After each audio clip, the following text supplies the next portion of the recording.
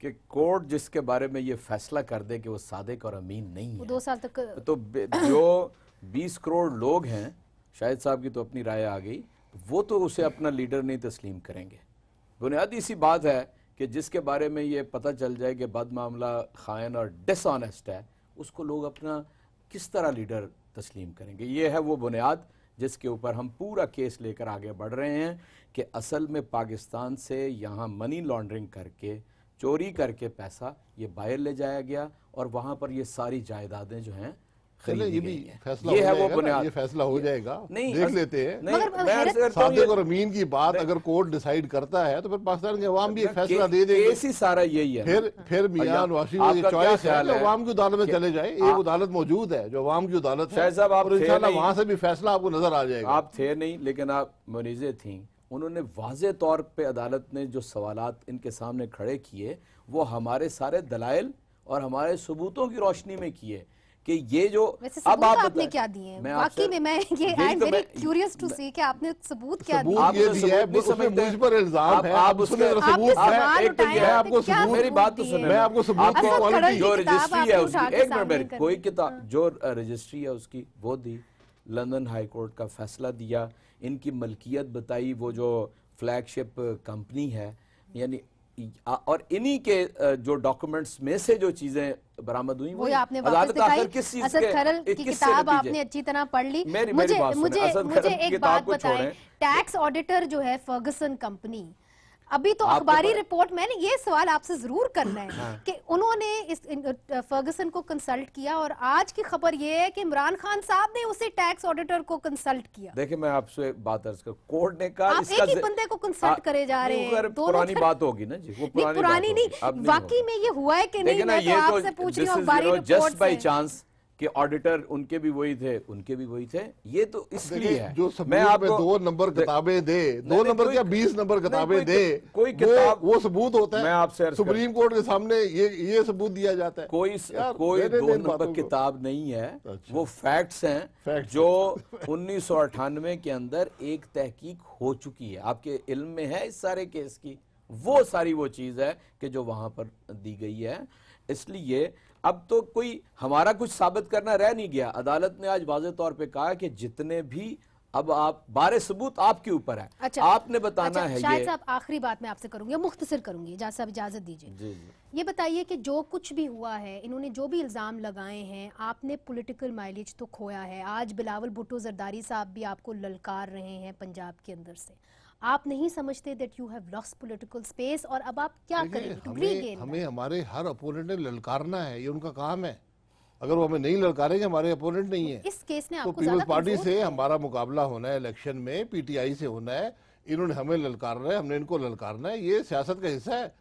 ہم کیا توقع رکھیں گے کہ ہمیں بلاول بھٹو زرداری نہیں للکارے گا؟ بے شک للکارے، للکار کا جواب للکار سے دیا جاتا ہے۔ دونوں کا بہت بہت شکریہ کہ آپ میرے پروگرام کے اندر شرکت کرنے آئے، اور ناظرین جاتے جاتے صرف میں اتنا کہوں گی کہ بہت سارے کیسز ہیں سپریم کورٹ کے سامنے، ہزاروں کیسز ہیں۔ آج شیخ رشید صاحب نے کہا keep it short, sweet and small, تو میں سیاست دانوں کو کہوں گی جو اپنے آرگیومنٹس آپ دے رہے ہیں، اعلیٰ عدالت کا وقت جو ہے قیمتی ہے، keep it short, sweet and small. آج کے لیے اجازت دیجیے، خدا حافظ۔